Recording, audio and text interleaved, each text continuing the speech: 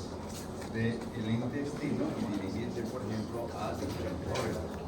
Y las pistas forman un conducto, lo que pasa es que tiende a salir, tiende a buscar mayor espacio, ¿no? Y entonces eso es lo que ¿Se para? la salida, a veces los partos se atienden, por ejemplo, pasa en lo que es el cardias, el esfínter, y pueden perfectamente ¿no? Hablé del tratamiento, mejor, voy a hablar de nuevo para entrar. Generalmente el tratamiento, la mayoría de los antiarrítmicos corresponden al grupo de los pegmidazol.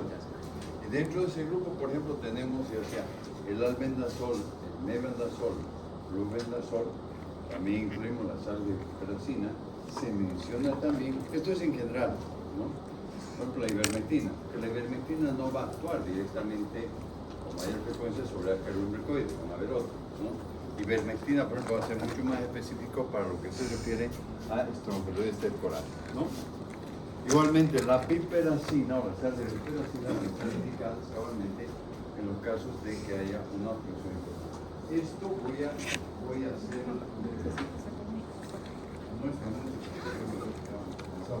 mañana voy a revisar, hay alguna cosa palabrita y voy a subir al grupo. ¿Para qué? Para que de todos modos tengan esta información y puedan utilizarla en lo que se refiere a lo que corresponde a la... ¿Ya? Muy bien. Los medicamentos de elección, que es lo que generalmente muchas veces utilizamos para poner. En primer lugar, las formas leves se puede mencionar la utilización principalmente del mebendazol, que es más económico. En general todavía se mantiene eso, que dentro de lo que son los planes, no los planes, los protocolos de atención médica se puede establecer. Al mismo tiempo, en la forma graves, aquí me voy directamente en esta diapositiva, el medicamento más efectivo va a ser la piperacina. Por supuesto, posteriormente a lo que es el tratamiento quirúrgico en el caso de que haya una obstrucción intestinal. La cantidad de, si damos cantidades grandes de medicamentos no va a actuar, tiene que complementarse con el tratamiento quirúrgico de acuerdo al caso, ¿no? ¿Por qué puse yo acá los medicamentos opcionales? El famato, el pirantel y el albendazol. Muchas veces si no encuentro, no actúa o no lo utilizo, el albendazol, el mebendazol, puedo utilizar esto, ¿no? Generalmente, cuando vemos los mecanismos de acción, en el caso de los deximidazoles, básicamente derivados de los imidazoles, el mecanismo de acción se realiza en primer lugar inhibir la glucosa por parte de los herbitos. Como consecuencia de esa inhibición de la utilización de la glucosa, lleva a una disminución progresiva del contenido de glucógeno por parte del parásito. Y finalmente la concentración de adenosín trifosfato, ¿no? Para que al reducir los elementos se produce la muerte lenta por agotamiento y los partos son impulsados. ¿Ya? Eso hablando de los imidazoles, ¿no? Los más utilizados, acá está al revés, pero albendazol, mebendazol, que se emplea muchas veces. El famato pirantel, que es justamente que químicamente la tetrahidropyridina, actúa sobre los parásitos que los abordan, inhibiendo la actividad neuromuscular, disminuye justamente la acción neuromuscular y le produce una parálisis espástica, lo que impide que migren durante el tratamiento, que vayan migrando. Porque muchas veces, ¿qué es lo que ocurre? En las migraciones erráticas puede ocurrir que el parásito vaya migrando hacia otros órganos para poder escapar de la acción del medicamento. En este caso, cabalmente, produce esa parálisis espástica. Necesitamos mencionar un poco la acción de los medicamentos para poder tener una idea más clara. Eso no significa que en un momento, por ejemplo, yo les esté haciendo preguntas sobre los mecanismos de acción. Amén. Las sales de piperacina es la dietilendiamina, de las cuales puede venir como citrato, hexahidrato, fosfato, etc. Todas se presentan en cristales que tienen una mayor solubilidad en agua, el problema en la absorción. El mecanismo de acción justamente consiste en el bloqueo de la llamada acetilcolina en la unión mioneural, que condiciona a que el vaso tenga una parálisis plácida, lo cual permite su eliminación por peristaltismo normal del intestino. Por ejemplo, en el caso del ascaris, cuando ya entra, cuando disminuye, por ejemplo, ya se pierde su acción de mantenerse, el movimiento. Cuando hay, por ejemplo, en un caso de la flácida, con mayor facilidad va a ser eliminado. ¿Ya? Entonces, porque tenemos realmente, hay buenos márgenes de curación de los parásitos. ¿Ok? En algunas circunstancias se puede colocar, por ejemplo, dosis única, como el caso de las vendasol, 300 miligramos o hasta un poco más en un paciente. El mebendazol de todos modos se puede colocar en un momento, digamos, dar más de 100 miligramos, pero usualmente se da 100 miligramos 2 veces al día durante 3 días. El flubendazol 300 miligramos al día por 2 días o 500 miligramos. Levamisol, que no lo mencioné anteriormente en la otra diapositiva, pero también nos puede dar una buena respuesta y más. ¿Ya? El formato de Pirantel generalmente acá. Ahora, una cosa que es importante. Se hace, digamos, se habla o se establece la acción de los medicamentos antiparasitarios en la primera parte de lo que son los hematelmintos. Cuando hablemos de platelmintos, tenia, himenolepis y lo otro va a cambiar. Vamos a utilizar otro nombre. Vamos a hablar justamente del praziquantel. Se puede utilizar junto con albendazol, pero en este caso no.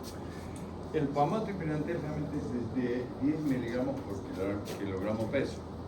¿Por qué se habla de esto? Porque siempre, por ejemplo, en todo paciente hay que tomar en cuenta el kilo peso, ¿no? Porque también hay que ver, por ejemplo, si viene un paciente parasitado que tiene, digamos, un exceso de peso, lógicamente tengo que darle una mayor dosis, ¿verdad? Lo mismo a veces ocurre en ivermectina, etc. Pero lo importante, por ejemplo, también, por ejemplo, en el caso de piperacina, cuando tenemos los pacientes que presentan generalmente lo que se llama el cuadro grave, generalmente tenemos que darle las sales que complementen, como digo, el tratamiento establecido para poder liberar los parásitos del intestino. ¿Okay? Yo digo ok, pero sigo avanzando. En la prevención, siempre en prevención va a ser algo más básico. Y algo que muchas veces no vamos a entrar en muchos detalles porque se supone que ya vamos a ir aprendiendo y vamos a saber cómo podemos evitar las infecciones. En todo siempre hay. En las infecciones de tipo viral también hay una serie de prevenciones de acuerdo al tipo de virus que afecta al organismo. La endemia se caracteriza especialmente por la contaminación fecal, uno de los factores. Uno de los factores epidemiológicos para la transmisión de la enfermedad, ¿no? De todos modos, después hablaremos ya de el primer examen teórico parcial que estoy fijando para los primeros días del mes de abril, ¿no? El control de la persona depende de la educación. Cuando los pacientes adquieren, por ejemplo, un nivel de educación, lógicamente van a tener cuidado en lo que es, por ejemplo, la alimentación, en lo que es el lavado de manos, etc., ¿no? Es de importancia la existencia dentro de lo que vienen a ser las medidas tomadas ya por las diferentes autoridades dentro de las comunidades, de las poblaciones, etc., ¿no? Sistema de excretas y agua potable. ¿Qué significa el sistema de excretas? Que haya justamente alcantarillado, haya la utilización, por ejemplo, de los sistemas de baños higiénicos en las áreas rurales. Muchas veces se desarrollan las letrinas, o sea, un tipo de baño más más simple, pero que de todos modos permite en cierta forma que haya el hábito de la eliminación de las excretas humanas dentro del sistema. ¿Ya? Evitar el riego de vegetales. Cuando muchas veces hay lugares donde se contamina, es decir, cuando caen los huevos al suelo pueden ser arrastrados y las aguas contaminadas sirven lamentablemente para regar los vegetales de consumo. A nivel individual, lavado de manos, especialmente los niños que juegan con tierra antes de servirse los alimentos. Por otro lado, justamente evitar la onicoplagia, es decir, comerse las uñas. Por otro lado, la geofagia. Accidentalmente van a estar comiendo un poco de tierra. La exposición de los alimentos a vectores mecánicos. En lugares donde posiblemente no hubiera, por ejemplo, condiciones para guardar los alimentos, requiere la utilización de cubrir los alimentos, guardar en algunos tipos de recipientes y evitar la acción de los vectores mecánicos. No. Muchas veces las cucarachas están presentes, lo que comúnmente en nuestro medio conocemos como los chulupes, ¿verdad? O sea, están distribuidos mundialmente, generalmente son buenos vectores mecánicos, se introducen en un lado y van buscando lugares donde hay alimentos, o hay, por ejemplo, precursores de alimentos, harina, etc. ¿Ya? Los llamados, por ejemplo, vegetales, las hortalizas, lavar cuidadosamente con el chorro de agua, ya que muchas veces no son, muchos de los desinfectantes usados, el hipoclorito de sodio, no dañan los huevos de agua, pero hay que hacer una labor en cuanto a la limpieza, y eso justamente indicar muchas veces a los pacientes toda la parte familiar. No es solamente dar un medicamento, damos un medicamento y se soluciona, no. Hay que ver la medida de prevención. Cuanto más se pueda actuar, lógicamente va a ser importante al respecto. ¿Ya? Volví un poquito para atrás, creo, para funcionariasis o anquilostomiasis. Antes de iniciar esto, hemos estado viendo en las preparaciones en el microscopio está justamente registrado anquilostoma ICP. La doctora puso eso, lógicamente va a poder. Pero los parásitos que van a producir la uncinariasis o la anquilostomiasis se los va estudiando juntos porque tienen algunas características similares, ¿ya? Pero generalmente el término de uncinaria muchas veces vamos a utilizar también para los exámenes prácticos porque no se puede ver una diferencia entre el huevo de Mercator americano con el anquilostoma duodenal con el microscopio óptico estándar que existe en la mayoría de lo que son laboratorios o centros de investigación en los diferentes países, ¿no? Requiere un microscopio de mayor resolución. Cuando hablamos de ucinarias hablamos justamente pues, de las especies de nematodos, dos especies de nematodos, el anquilostoma duodenal y el Mercator americano, ¿no? Que se localizan de preferencia en el intestino delgado. La morfología y fisiología del adulto. Como corresponde a la asignatura de parasitología y en el caso también de microbiología, se habla de la parte morfológica, porque muchas veces ustedes van a ir teniendo un conocimiento de la forma del parásito, morfología. En otro tipo de asignatura, más adelante, en algún momento, por ejemplo, pueden hablar del tratamiento, o el profesor de farmacología va a hablar, por ejemplo, de la condición del tratamiento o qué tipo de parásitos se puede encontrar a nivel del intestino. Pero ya no va a mencionar la morfología. Generalmente cilíndricos de 10 milímetros. Los parásitos adultos morfológicamente presentan, por ejemplo, en el extremo posterior, un ensanchamiento radial de la cutícula del macho, o sea, parásito adulto macho, que son prolongaciones en forma de dedo de guante, ¿no? Y lo que después se llama la bolsa copulatriz, ¿no? O bursa copulatriz también de latín, ¿ya? Acá tenemos una imagen que no la he borrado, quería cambiarla alguna más. Pero acá me está mostrando, por ejemplo, lo que es Esta parte de acá, con microscopía de alta resolución, está mostrando justamente la parte de la cavidad bucal del mecatro americano. ¿Sí? Vamos a ver después la diferencia en la parte correspondiente. El parásito adulto hembra termina en forma recta, ¿no? Y el parásito adulto macho presenta eso, lo que yo decía, prolongación de la cutícula, que forma lo que es la bolsa vacular, ¿no? El huevo, y generalmente, en cuanto al tamaño, por ejemplo, el mecatro americano es un poco más pequeño. El parásito adulto hembra puede medir entre 7 a 8, 9 milímetros de largo por 2, 3, 4 milímetros de ancho. El parásito adulto macho, acá la imagen, había una cosa que tendría que ser, el macho siempre es mucho más pequeño, pero sin embargo tiene todo lo que es la cavidad bucal, continúa con el esófago, faringe, etc. El macho claramente tiene la característica de la bolsa vacular.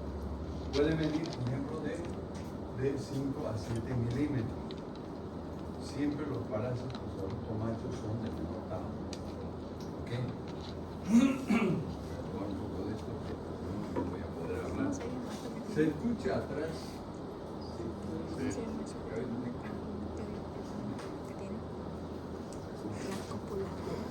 No sé a qué te referías. Siempre tiendo a hablar más fuerte, ¿no? Tal vez la disposición de esta obra es mucho más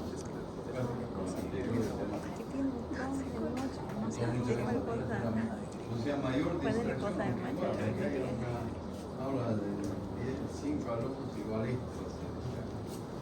Esto es lo que se llama la parte posterior del tracto macho, que es la bolsa ocular. Generalmente se utiliza microscopía técnica para eso. Igual acá aparece la parte, digamos, de lo que es la parte anterior, la cavidad bucal, por ejemplo, de el anquilostoma, 2 pares de dientes, fácilmente reconocibles. En cambio, el mecatro americano, 2 placas cortantes. En algún momento, también muchas veces, en el parcial de la segunda unidad, muchas veces les pregunto, por ejemplo, mecanismo de fijación de los siguientes parásitos. Y pongo, por ejemplo, el mecatro americano, 2 placas cortantes en la cavidad bucal. Pongo anquilostoma duodenal, 2 pares de dientes.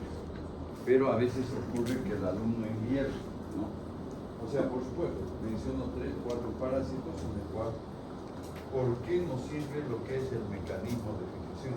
Porque es la base para producir la patogenia. Porque los restos se van a fijar a la mucosa y vamos a ver eso enseguida. Voy a comer todo.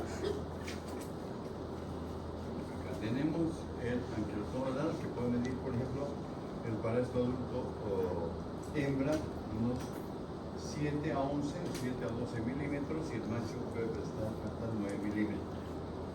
La característica también, generalmente, que ambos parásitos, ¿no? El macho, por ejemplo, tiene la cavidad bucal, todo el sistema digestivo y también acaba en la bolsa. La morfología de los huevos. Esto debería pasar más rápido porque es lo que hemos visto. Hemos identificado en el microscopio todos, supongo que todas. Y sé que alguien de repente no ha venido, entonces ya voy a tener que mostrarle doble. ¿Qué es lo que llama la atención? En primer lugar, es un huevo que tiene una sola membrana. En el interior hay un espacio entre el contenido líquido y lo que después, primeramente, es el granulado germinativo y posteriormente va a dar lugar a lo que se denomina la blastómera, ¿ya? Luego, ¿qué es lo que más también llama la atención? En primer lugar, ¿qué color son?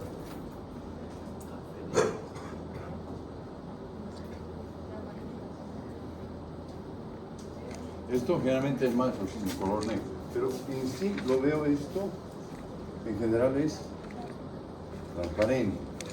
Puede medir 60 micras por 40, ¿verdad? Es ovalado, no es redondeado, es ovalado.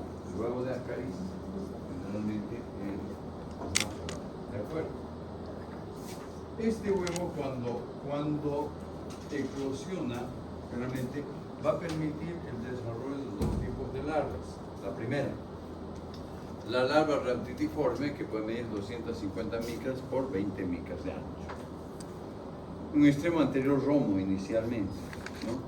Y después, lo que llama la atención es que la cavidad bucal larga, el esófago notorio, con el cuerpo ismoibulbo. Por esa característica del esófago es lo que justamente ha venido la denominación de lo que viene a ser la larva raptitiforme. ¿Okay? Esa larva va a modificar, va a mudar, a veces en lapso de 48 horas, ¿no? Y va a medir mucho más grande, 500 por 25. Membrana envolvente y transparente. La larva filariforme va a ser la forma infectante que va a penetrar directamente en el organismo y va a producir la maquinaria o anquilostomía. ¿Ya? Ahí tenemos algunas imágenes. El ciclo de vida, lo importante, yo parto lo siguiente. El parásito, los parásitos adultos, machos y hembras, están localizados en el intestino delgado. Los parásitos adultos machos fecundan a las hembras. Las hembras van a madurar los huevos en el lapso de un periodo de tiempo. ¿Okay? Entonces, posteriormente, ¿qué es lo que ocurre? Los huevos embrionan y caen en el suelo donde hay suelos húmedos y sombreados. Estas condiciones se pueden dar muchas veces, por ejemplo, en lugares donde hay todas las condiciones y sobre todo, para que después pueda hablar, muchas veces donde se hacen las siembras, por ejemplo, el tipo del arroz, si no me equivoco, o el café. Inclusive en alguna oportunidad pregunté a un señor, dice que en el café, por ejemplo, tienen que, mientras se va haciendo el cultivo o la recolección, no se puede pisar los suelos con zapatos de goma. Por eso es que muchos de los individuos utilizan sandalias o simplemente el pie. Los huevos embrionan y se abren y permiten la salida de la primera forma larvaria, que era la larva raptitiforme. La larva raptitiforme generalmente en dos segmentos. Muda, cambia un poco o se alimenta un poco, y va a dar lugar a la larva filariforme. ¿Dónde se encuentra la larva filariforme? Se encuentran sobre la superficie de los suelos húmedos. Están en movimiento. Y cuando el paciente toma contacto con la larva y considerando que los pacientes que se infectan tienen a nivel del pie pequeñas micro heridas, porque son las expresiones, y eso facilita en base a las secreciones líticas que tiene el parásito poder penetrar por la piel y asciende, va buscando los capilares, va ascendiendo y en el lapso del tiempo va llegando directamente a nivel del corazón. Pasa por el corazón, llega a nivel de los pulmones y se introduce dentro del alveolo. Después veremos, por ejemplo, que el hecho que va a producir la ruptura del alveolo y posiblemente va a producir, por ejemplo, un microsangrado, va a presentar un cuadro respiratorio, ¿ya? Entonces también cumple un ciclo pulmonar, un ciclo de los. ¿Ya?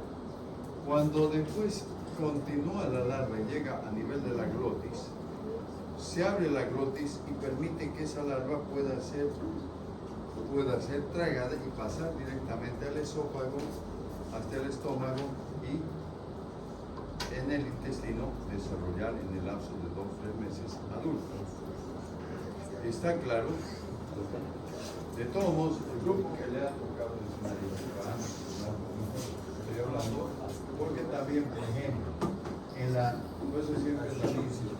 bibliografía, en el libro Botero, en el ciclo va describiendo con detalle. Y también ahí vamos a ver, después de cada imagen de ciclo, se puede ver, por ejemplo, el resumido, la forma, cómo se presenta, cómo se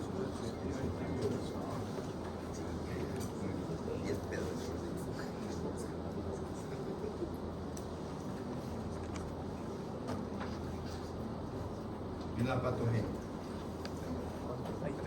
Cuando penetran la piel las larvas, generalmente van a producir lesiones irritativas pruriginosas transitorias. ¿Qué significa pruriginosa? Que produce escozor. Okay. A nivel de los pulmones, una inflamación causada por el paso de la larva. Es lo que hemos mencionado cabalmente, y que muchas veces va a haber ruptura del alveolo, va a haber un micro sangrado, va a haber justamente migración de eosinófilos, y va a determinar que muchos pacientes comienzan a tener síntomas de tipo respiratorio que vamos a tener, ¿ya? A nivel del intestino delgado, los pacientes adultos causan una lesión inflamatoria de la mucosa, succionan sangre. ¿Por qué? Porque se fijan a nivel del intestino, muerden, hablaré de ese término, sangra, y posteriormente, digamos, se alimentan de eso. Y al sangrar está produciendo una secreción inflamatoria.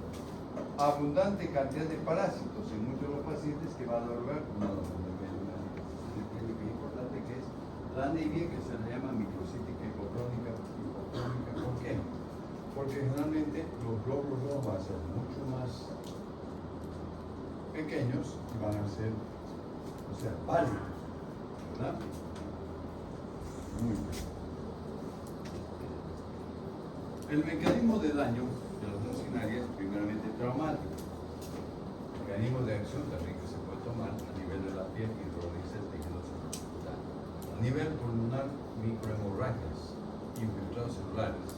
A nivel intestinal, desgarra, succiona la sangre, genera una úlcera y obtiene sangre.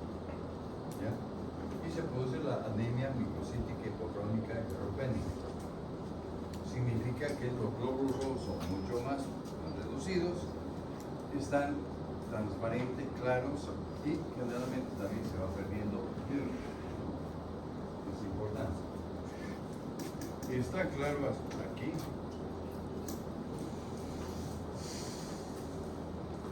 Generalmente, por ejemplo, cada parásito es responsable de la pérdida, ¿no?, de diaria de 0.04 ml para el carbohidrato y 0.20 ml para el estómago. Si meteríamos 10, 15, 20, 30, no habría ningún problema. Si tenemos muchos, lógicamente va a haber también un mecanismo, va a haber un mecanismo de exfoliación y mecanismo traumático. Dentro de, por ejemplo, de lo que vienen a ser los mecanismos de acción del parásito, va a ser traumáticos exfoliativos, ¿no?, del adulto.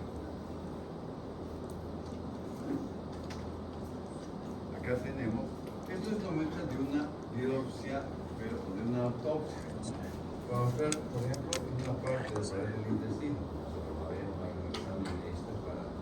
Pero sobre todo que en la parte de esa para buscar la aplicación de los parásitos adultos y la mujer. ¿Okay?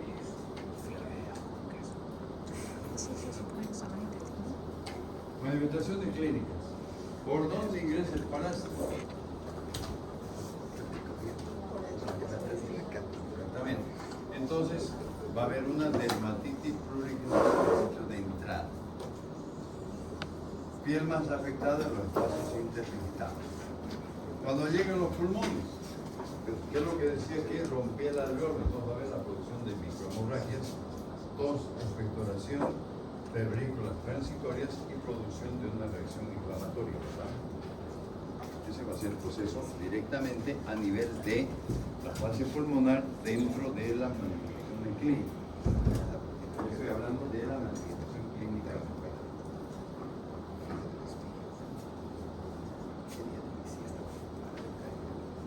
En la fase intestinal, fijación de los parásitos adultos a la mucosidad. Principal daño, pérdida de sangre que acarrea la anemia. Puede haber un dolor en epigastro, llamado también duodenitis, diarrea, pero diarrea con presencia de sangre, no es una diarrea disentérica. Puede haber un síndrome de mala absorción, consumo de sangre por parte de los parásitos, ¿no?, hemorragia que contribuye a desnutrición y pérdida de proteína. ¿Ya? Está claro. ¿Sí? Parece, pero muy bien. Acá para controlar la observación de la anemia de las conjuntivas, dolor abdominal, aumento de las... En las diapositivas yo he ido de todos modos es para ver lo más importante que es el manual. El diagnóstico va a ser clínico, epidemiológico y laboratorial. ¿Clínico en qué se va a basar? En síntomas, ¿verdad? La manifestación clínica que nos lleva una sospecha, ¿no? Ahora, epidemiológico. Vamos a preguntar la procedencia del paciente, ¿verdad? ¿Dónde viene el paciente? Es importante tomar en cuenta. Laboratorial. El examen compropastológico nos va a permitir identificar justamente la presencia de los huevos con la forma que estamos viendo, ¿verdad? No se establece, esto es ya vuelvo a repetir, lo menciono acá, no se establece diferencia entre los huevos del angiostoma duodenale del castro americano a la observación microscópica con el microscopio óptico estándar. Cuando digo estándar son los que la mayoría de los laboratorios en muchos países del mundo, ¿no? Porque ya microscopios de alta resolución o tipo electrónico generalmente van a estar formando o forman parte de las instituciones, por ejemplo, que hacen investigación o que tienen un tipo de proyectos dirigidos justamente a la atención, por ejemplo, de pacientes, ¿no? O de grupos de población, ¿no? Como por ejemplo el Instituto de Medicina Tropical de São Paulo, la forma como tratamiento de elección muy similar al de Ascaris. En este caso, sobre todo, por ejemplo, el mebendazol. Felizmente que con 100 miligramos dobles al día por 3 días, a veces se aumenta uno más, un día más, ¿no?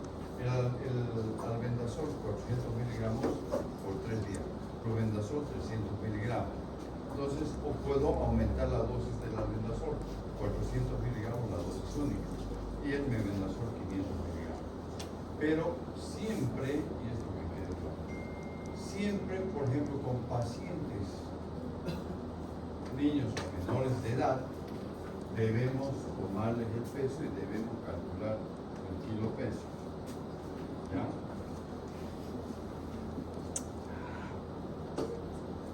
La prevención y control. Generalmente, cuando hablamos después de Ascaris, de Mucinarias y de Trichuris, vamos a hablar de las helmintiasis, porque parte del desarrollo va a ocurrir, por ejemplo, en los huevos en el contacto de la piel con la tierra contaminada, invasión de las larvas. Predominan individuos descalzos. Los niños muchas veces andan descalzos y lógicamente se pueden infectar. Medidas de control, evitar la contaminación fecal de la tierra y el uso de calzado real, ¿no? Es importante eso para evitar justamente la profilaxis colectiva. Es importante en las endémicas, muchas veces han hecho en los programas DARA. Evitar la contaminación de los suelos, utilización de calzados, de prevención, muchas veces inclusive los individuos que trabajan sumergiendo lo que es utilizan ahí unas botas bastante largas. Vamos a hablar de más adelante en esto, somiasis. Adecuada eliminación de excretas humanas y tratamiento médico de portadores. Generalmente no es algo que pregunto usualmente. Eso, por ejemplo, no es acá, es los niños. Generalmente muchos el agua de riachuelo o algo así están contaminados y los niños les gusta andar de caballo. Esto es en Asia, en Tailandia. Muchas veces también, por ejemplo, eso va a influir a la respuesta. ¿Alguna pregunta hasta aquí? ¿Alguna duda? Tricocefalosis. Justamente la infección producida por el parto tricocefalosis trichiura, nematodo localizado en el intestino grueso. En el anterior caso hemos hablado de que Ascaris, por ejemplo, está localizado en el intestino delgado y las Mucinarias, Ankylostoma duodenale, Necatro americano, también se localizan preferentemente en lo que se refiere en el intestino delgado, ¿no? Puede localizarse específicamente en ciegos y rectos sigmoides y producir patología de intensidad variable. Sintomatología grave con diarrea, producción de heces mucosanguinolenta, que no hemos hablado todavía, y en los niños abundante cantidad de parásitos puede ser causante de complicaciones, principalmente una ¿ya? Morfología del parásito adulto. El trichuris o tricocéfalo, justamente el nombre viene de trigo, significa pelo por la característica. Acá todavía muchas veces, por ejemplo, Botero menciona que tiene un gusano. Es un gusano blanco de aproximadamente 3 a 5 centímetros de largo. La parte anterior en relación a la posterior es delgada. Ocupa el tercio posterior más grueso y en conjunto da el aspecto de una. La hembra termina en forma recta y en su extremo posterior, mientras que el macho tiene una curvatura pronunciada y está provisto también en su extremo de lo que vienen a ser las espículas copulatrices que le permiten unirse directamente a la hembra. ¿Ya?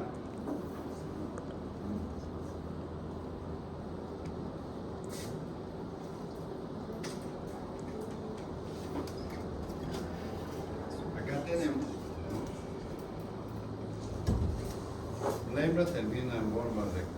Todo esto comprende también por un parte el sistema reproductor y acá en el extremo, en la cavidad bucal, continúa por el esófago, el intestino y el óvulo. La hembra también presenta todo el desarrollo del sistema reproductor. Generalmente va a medir 5 centímetros. Extremo posterior recto. En la cavidad bucal va a presentar lo que se llama la lanceta retráctil. Esa lanceta retráctil va a penetrar en la mucosa del intestino, se va a fijar y va a evitar ser expulsado por el peritonitismo. Esto presenta la lanceta retráctil, a veces confunde. El parásito adulto macho va a medir generalmente 3.5 centímetros. Y el extremo posterior termina en la curvatura donde se encuentran las vesículas quitinosas y retráctiles que le permiten unirse a la hembra, fecundarla para que la hembra pueda producir los huevos. ¿Ya? Mira,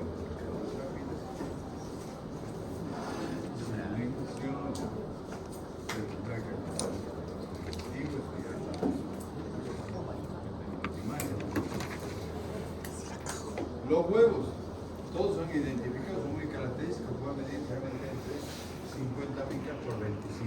¿No? ¿Qué características tiene? De color café, tampones en los extremos. Es similar a un balón de fútbol americano.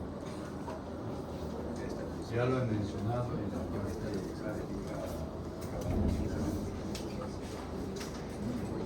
Ahí tenemos, ya son, generalmente a veces no ponía yo en la parte práctica porque es inconfundible.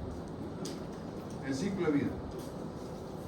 La misma circunstancia, fue un poco literal. Los huevos sin embrionar están en el exterior.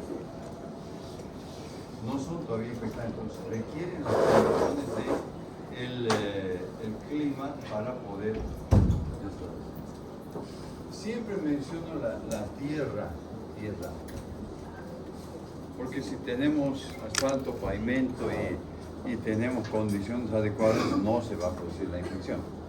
Pero cuando queda en la tierra húmeda, un periodo de 2 semanas o varios meses se pueden convertir en huevos infectantes por vía oral. Muchas veces, incluso actualmente, 2025, en alguna oportunidad, por ejemplo, esto es como lo ve, como se lo ve.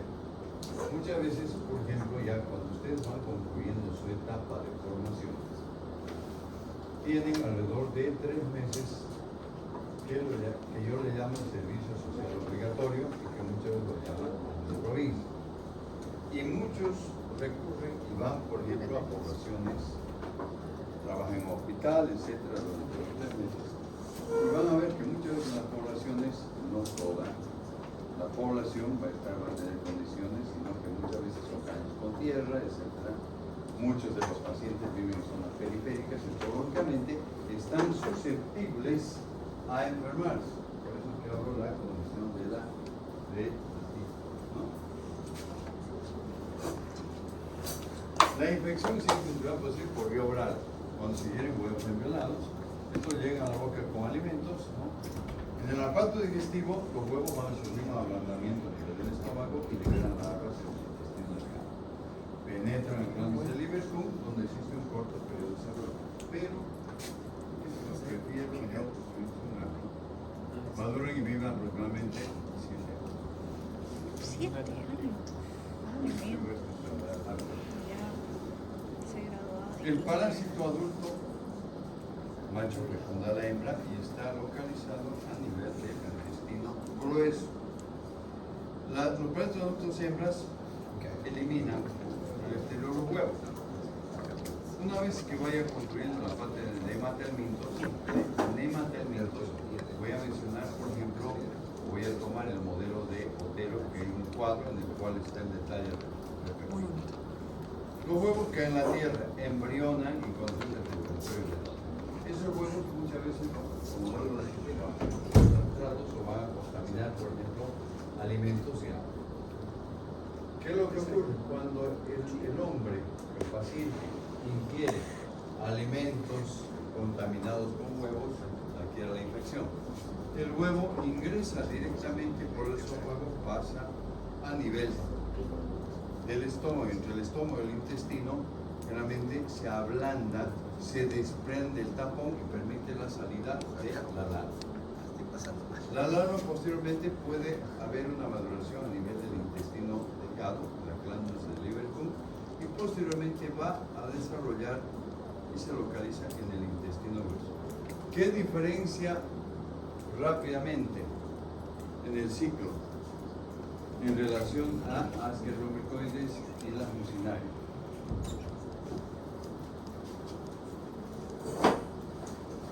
¿Cómo llamamos el ciclo pulmonar en Ascaris y mucinarias?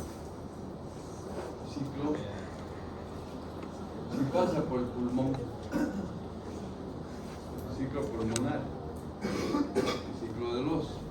En cambio, el tricocéfalo no pasa por el pulmón, no va a producir el ciclo del oso. ¿Verdad? El dibujo está muy claramente para acá. De todos modos, eso se va a ir en el grupo que le corresponde, va a ir mencionando, ¿no? En cuanto a la patología, la mayoría de las infecciones presentan una patología muy leve. Muchos pacientes presentan, incluso saben, muchos van a ser portadores, que consiste en una lesión traumática local con edema y hemorragia en el punto donde perfora la mucosa. ¿Por qué perfora la mucosa? Porque tiene la lanceta retráctil, que es el elemento de fijación que permite que pueda alimentarse perfectamente. En infecciones intensas puede haber una complicación, una rectitis y aumento del peristaltismo y solución, por ejemplo, de lo que se llama el prolapso rectal. Ocasionalmente puede llegar al apéndice también. ¿Está claro hasta aquí?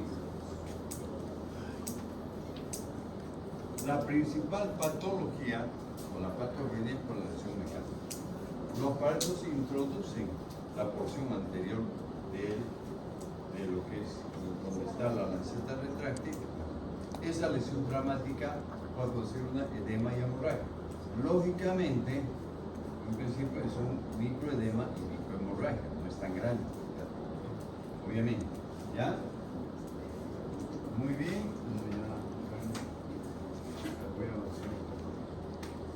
La gravedad de la patología depende mucho del número de parásitos que afectan a un paciente. Mayor número de parásitos, mayor producción. El parásito se alimenta de sangre, los que succiona directamente a nivel de la mucosa del intestino, y sobre todo es una lesión de tipo exfoliativo, que mencionamos la primera. En casos graves, una verdadera colitis, dolor abdominal intenso, cerca del paciente, y puede presentarse lo que es el colapso de la mucosa. La patología, resumo acá, voy a pasar muy rápidamente: traumático, inflamación, mecanismo alérgico, descamación de la piel, acción, aquí me equivoqué, es colitis, pues tengo que corregir un poco, aumento del peristaltismo, espasmos del colon. Entonces, como patología. En las manifestaciones clínicas, siempre, incluso en todas las infecciones por agentes microbianos, puede haber formas leves. Las infecciones leves en los adultos no originan síntomas. Se diagnostica por el hallazgo ocasional de huevos adultos. Sintomatología más franca en pacientes desnutridos o multiveros multiparasitados. Eso determina un problema más, ¿no?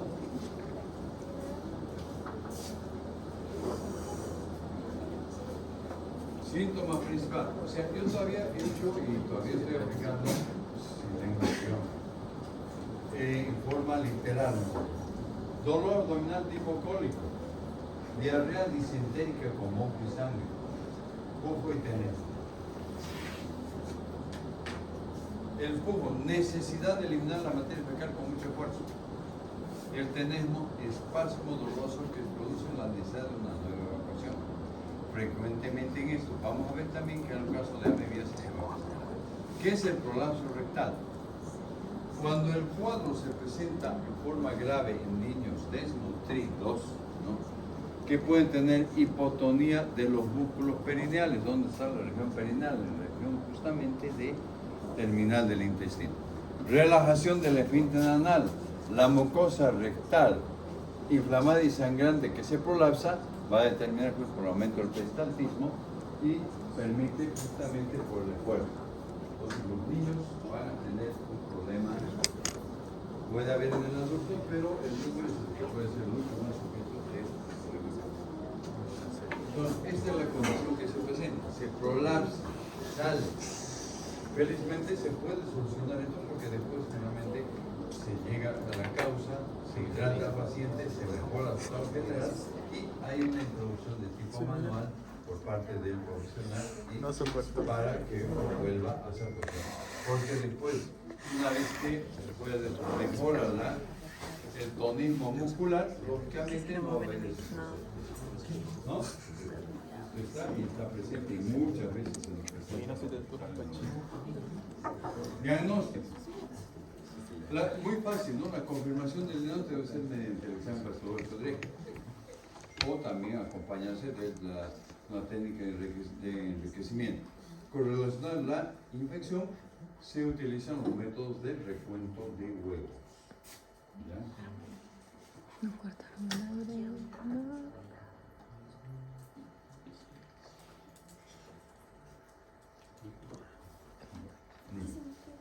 Epidemiología y control. La epidemiología del artricocefalo es muy similar a la de Ácaris, ¿no? Ese control implica, por ejemplo, la transmisión de la enfermedad no es directa en materia fecal de la boca, sino la incubación de los huevos en la piel, la generación de alimentos. Medidas higiénicas, adecuada eliminación de cretas, utilización de agua potable, lavado de verduras y alimentos, control de artrópodos y otros vectores mecánicos. No requiere mucha redundancia, ¿no? Tratamiento de elección, felizmente funciona en los niños. Mebendazol, 100 miligramos 2 veces al día, entonces hasta por 4 días, dependiendo. La dosis única, a veces el paciente no toma un día o 2 días, entonces es bueno recomendar o ver, por ejemplo, que haya una supervisión para el tratamiento. Albendazol 400 miligramos de 3 días, flubendazol. ¿Qué se hace con tratamiento de prolapso rectal? Reducción manual de la mucosa, utilizando técnicas asépticas para la maniobra. En el niño no se introduce, pero obviamente se va a hidratar, se va a mejorar, se va a ver un examen en cuanto, por ejemplo, a lo que es el tonismo muscular, con lo cual cabalmente se puede ya adquirir una buena respuesta, ¿no? Muy bien.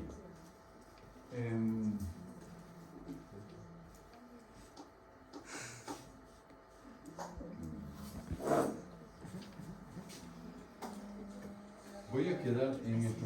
Antes que nada, ya estoy estableciendo, creo que no hay ningún problema con los grupos. Tenemos justamente el primer examen parcial teórico, que es lo que hemos dado en la parte que les voy a entregar el próximo día miércoles, ¿no? la parte práctica. Necesariamente, o sea, hay una parte práctica y una parte teórica, ¿no?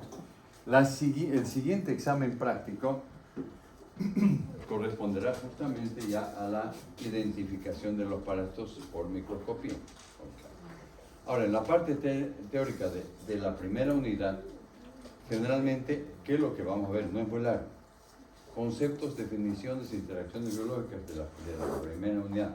Definición de huésped definitivo. Después, por ejemplo, hablar de lo que es condición del oportunismo. Hablar justamente cómo clasificar los aparatos de acuerdo a su capacidad de producir lesión. Patógenos, no patógenos y oportunistas, ¿no? Entonces, yo estoy estableciendo en la semana justamente del abril, no marzo todavía, sino abril. Algunos me han preguntado, pero lo hacemos en una aula y